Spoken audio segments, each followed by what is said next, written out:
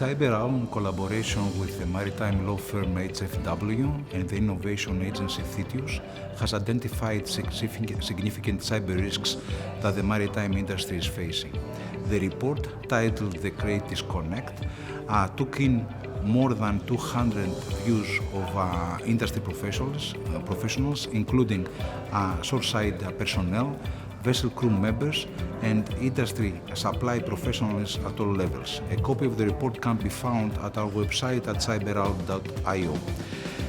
Now, the research team found that significant gaps exist in the cyber risk management of maritime organizations, the wider supply chain, and the industry's approach to risk.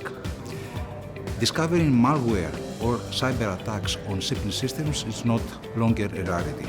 36% of the organizations believe that they have been victims of a cyber attack during the last 3 years.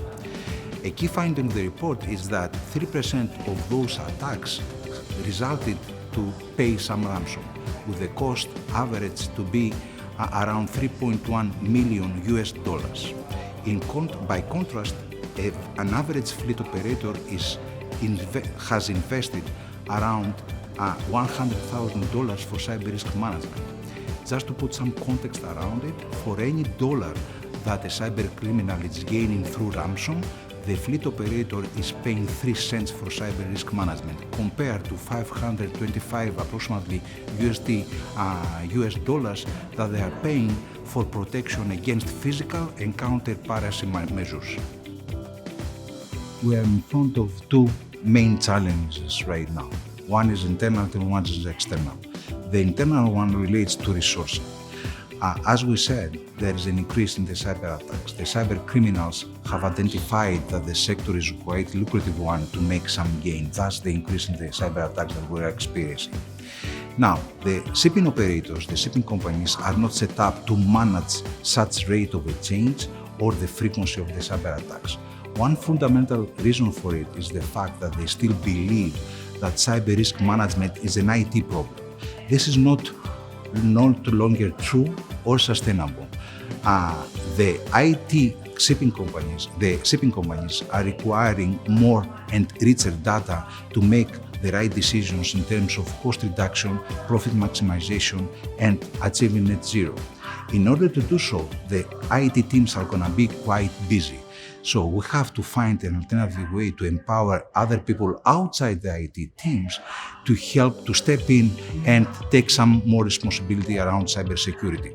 For vessel cybersecurity in specific, we can help the crew understand that cybersecurity is as important as the safety measures that they take for their own good.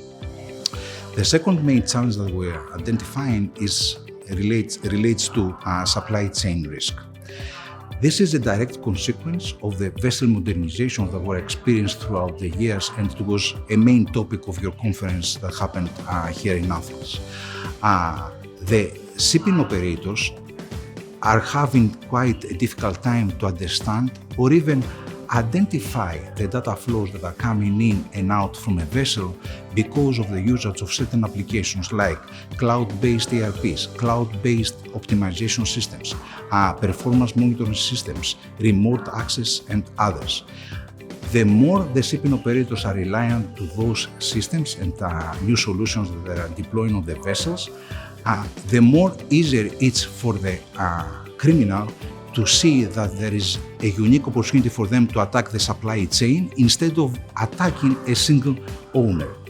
As an example for such an attack that happened during the last 12 months is the Danaos incident that actually helped us understand to see how important and widely affecting this can be for the industry. Unfortunately, there is a disconnect between the senior management, the cyber risk that the shipping companies are exposed to, and the knowledge around those risks from the senior management teams.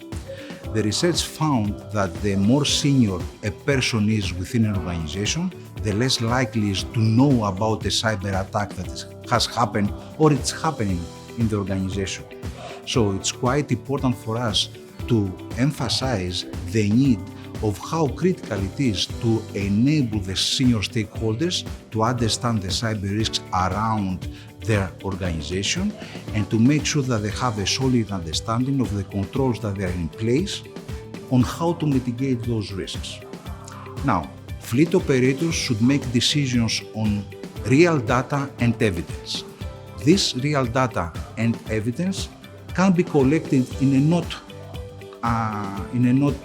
difficult way. Okay. Clearly, I would suggest to use monitoring solutions like CyberOwl's Medulla, but there are other options out there in the market, like penetration testing or getting the help from experts to help you run some data-driven risk assessments. The tabletop and theoretical exercises are no longer good enough because the risk profile of ship operators is varying across different fleets in the world. I think it was quite useful for me. I got a lot of knowledge on how the navigation and optimization techniques are getting implemented in the industry. That helped me a lot to understand how those techniques will be implemented now and in the future, so we can adjust our policies and our security services to make sure that those changes and those implementations will be secure enough for the future. Okay, because at some point we have to understand that it's not only reading the information for vessel optimization only, it's to understand how this information is going to get there to make the right decisions and to give us the right results, and how securely can become available to the owner that wants to do something about it.